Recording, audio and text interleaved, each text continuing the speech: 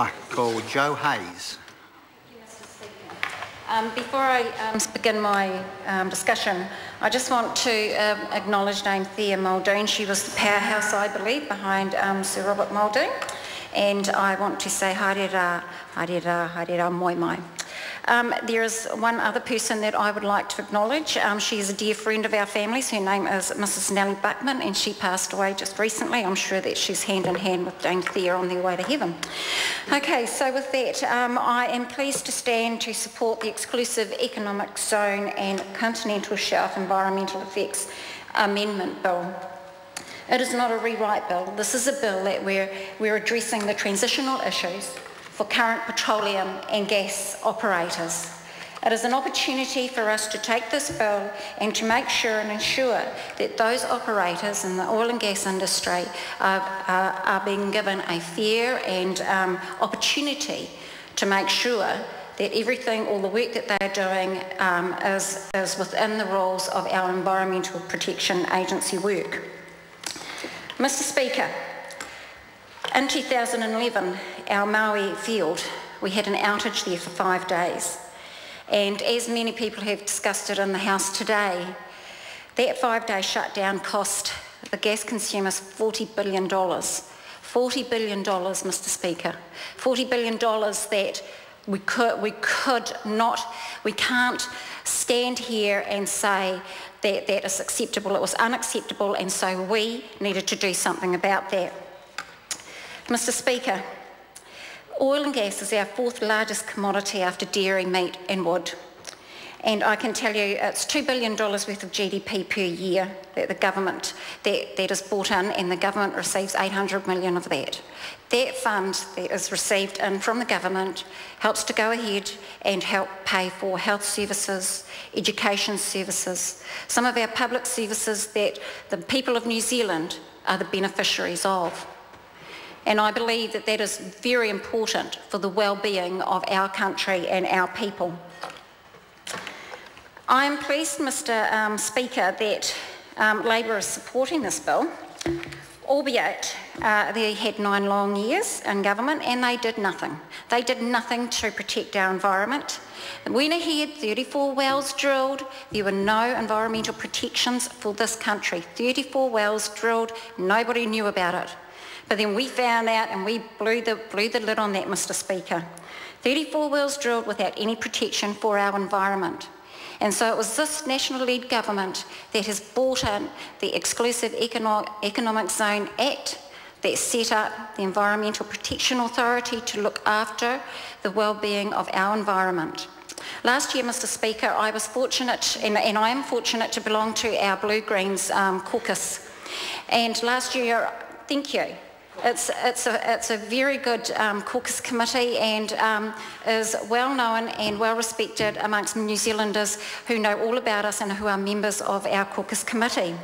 So I belong to that, and I went to the launch of the Kaikoura Marine Reserves, and there I could see firsthand what an Exclusive Environmental Zone Act was all about, how it looked after our environment and made sure that we had an even balance of economic and environmental programs going hand in hand, because we can do that, and as long as we look after our environment. Mr. Speaker, I'm a little bit perplexed really and sad that the Greens have opposed this bill going forward.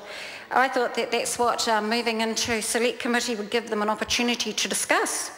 But I'm quite sad about that, because they were in partnership with the Labor government for 9 long years, and they did nothing. They did nothing to voice their opposition to the Labor Party not setting up environmental policy to protect New Zealand. I was really surprised that our Greens member talked about electric cars and solar power.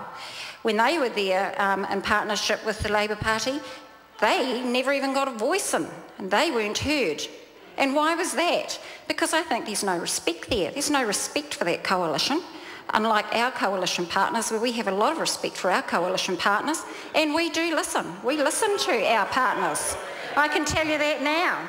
I know you're just jealous. You can hark over there. You can sit there, and you can argue backwards and forwards. But we have a lot of respect for our ACT partner, our United Future partner, and our Māori Party partners, because that's what working in a coalition is all about. I can tell you now.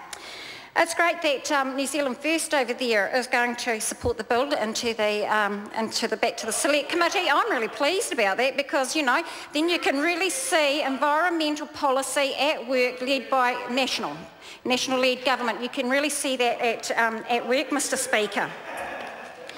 So anyway, back to the bill. Let's have a look. As the law stands, current operators who apply for marine consents would be in breach of the Exclusive Economic Environmental Zone Act if they continue to operate beyond their expiry date of their permits under the Crown Minerals regime, while consent appeals are heard by the Environmental Protection Authority. And I must say that I was very impressed with the presentation from the Environmental Protection Agency today. I was impressed with the fact that they are doing such a wonderful job, set up 4 years ago through the EEZ Act, and hearing about some of the great work that they're doing in monitoring the activities within our environment. And to learn that our exclusive environmental zone is so large, it's the largest in the world, land and larger even in sea. So I was very pleased to hear that and hear the successes that they are coming forward with. So to carry on with the bill, Mr. Speaker, even if a marine consent application is being considered for the Environmental Protection Authority, Section 162 of the Act doesn't allow existing operators to continue their activities beyond the expiry date of their permits until under the Crown Minerals regime. All of this thing you'll keep on hearing over and over again, because I think from my colleagues before me and my colleagues that will come after me, because they're really important that everybody gets the message on what's happening with the background on this bill.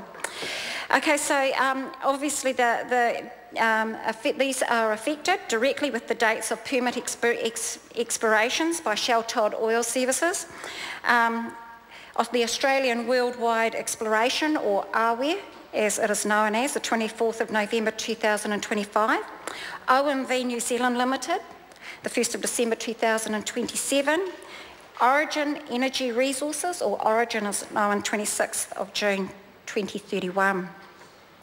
Even if Shell Todd Oil was granted a marine consent before the 27th of June, there is a risk the environmental or the EPA decision could be appealed, in which case Shell Todd Oil would be in breach of the Act.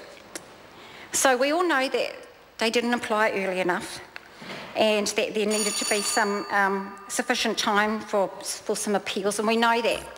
But I can tell you that this bill actually won't change the current requirement for existing operators to transition into the EEZ Act regime through the marine consenting process. Mr. Speaker, those are just some of the detail behind and the background of this bill.